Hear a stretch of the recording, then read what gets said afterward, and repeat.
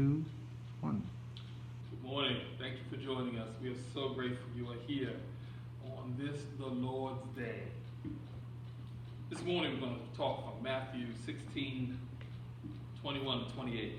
And it reads, Jesus began to show his disciples that he must go to Jerusalem and undergo great sufferings at the hands of the elders and chief priests and the scribes, and be killed, and on the third day be raised. And Peter took him aside and rebuked him, saying, God forbid it, Lord. This must never happen to you. But he turned to Peter and said,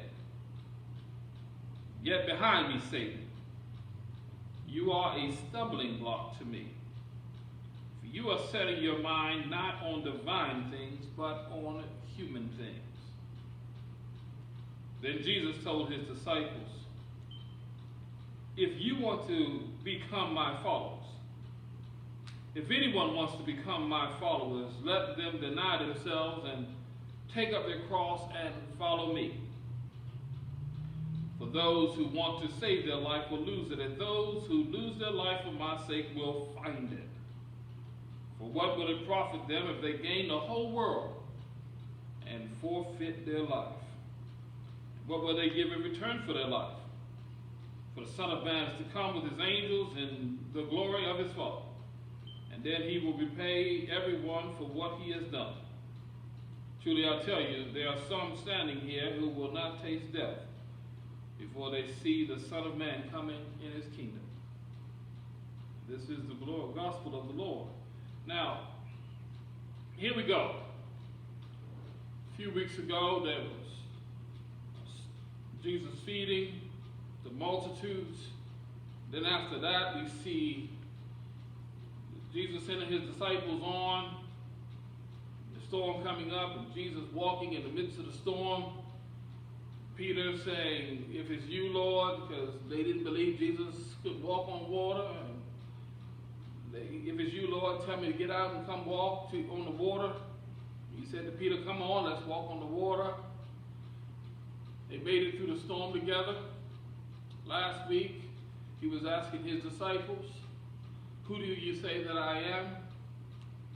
And we ended up talking about that for us personally, about who do we say Jesus is. And now last week, Jesus said to Peter, you are rock, and upon this rock, I'm going to build my church. And the gates of hell, the jaws of hell, and all the things that come against the church, it won't defeat it. So now Peter's feeling pretty good about himself. Peter's feeling really good about himself. But Jesus goes on and he starts to talk about what is about to happen. Because he's starting to tell them that it's now time for us to go to Jerusalem. I'm about to finish my work here. I'm about to finish what that I have come to do. I'm about to finish that. I'm about to go to Jerusalem, but I won't be welcomed. When I get there, they're not going to like that I'm there. I'm going to have to suffer. And yes, I'm going to have to die. But don't worry, because I'm going to be raised. I'm going to get up on the third day. Peter, the person we can always count on to say something. Sometimes Peter's mouth is moving before the gears engage and his brain engages. So sometimes we get Peter just start to talk. Peter, who's now walking around thinking, I'm the man. I'm going to be the one in charge. He's going to build all of his church on me. Everything is on me. I'm running some things now. That's Peter. But Peter doesn't realize one thing, that he's still in the presence of Jesus. So Peter thinks that he can tell the Lord what to do. He thinks he can tell the Lord how things are supposed to go. He's going to look at the Creator. A creation is going to look at the Creator and say how things are going to be. And yet, we see Jesus looking back at Peter. Now, what we need to understand, though, is Jesus is looking through Peter to see that it's not Peter, it's the physical Peter, but something else has gotten a hold of Peter that is speaking. A different spirit has gotten a hold of Peter, and that spirit is speaking through Peter. Maybe it's the spirit of pride going, you don't have to do that. Remember, I'm the man on which you're going to build your whole church. And if I say you don't have to do it, you don't have to do it. Maybe it's the spirit of pride that's in Peter. Maybe it's one of the other spirits. But Jesus looks through. And when he looks through, he says, I see who's speaking. I see who's controlling this conversation. I see who has invaded your mind and said that you will do, and telling me and think that they have a right to tell me what to do. And what do we see? Where do we see this spirit? When Jesus was tempted, the devil came and tried to tempt Jesus 3 times. Why? Because he was speaking from a place of authority. He was speaking from a place of that where he thought he could control history, control the future, control everything. When he was speaking with authority, if you do this, then I will do this. If you do this, I will do that. And that same spirit had invaded Peter. And we need to be on guard, because that same spirit can come into each and every one of us. That same spirit can divide families.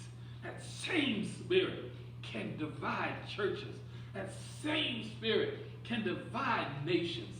That same spirit can divide worlds. That same spirit that is concerned about things of this world and not things of eternity. But Jesus looks at Peter and he says, get thee behind me, Satan. That spirit can't be in front. That spirit can't be in a place. That spirit can't be anywhere. That spirit has to be behind. Why? Because if it's behind, it can't be a distraction. Those things that are in front or around us can be a distraction. But if it's behind us, it can't be a distraction. If it's in front, it's going to try to lead. But you can't lead from the back seat. So if you're looking around for something and you realize that somebody is speaking to you, but they're speaking to you from a place that's not holy, a place that's not of the Lord, don't be afraid to look at that person and in your mind go, get thee behind me, Satan. Because if you say it out loud, they might not want to hear that, but in your mind, you can still rebuke the devil. With your mouth, you can say, I am not going to accept what you are saying at this moment because it is not from God. Now, at this moment, we can look at it and go, we are going to be focused on our Savior, no matter what. Because when we have Jesus in front of us and we're keeping the way clear, we have Jesus in front of us and we're letting nothing between us. When we have Jesus in front of us, then we are known to have victory. We are known to have blessing. And he's saying, next thing he's saying, wait, if you're going to follow me, life is not going to be easy. But when difficulties come, when struggles come, don't be worried about them. Don't be trying to push them away, ignore them, or think they're going to go away on their own. Just pick them up and bring them on. Because if you struggle, if you got that cross with you, your cross is not going to be your defeat, but your cross is going to ultimately lead you to your victory. No matter what, we have to keep our focus on Jesus. Keep our focus on him, his plan, and know that he has what's best for us in his heart and in his mind, and he's going to bring it to fruition in our lives.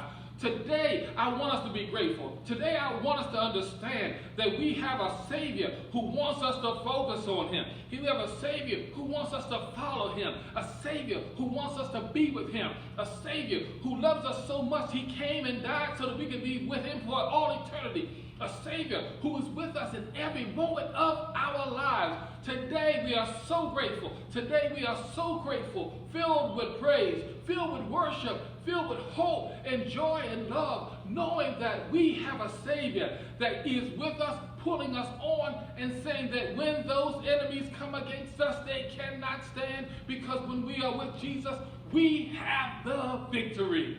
God bless you.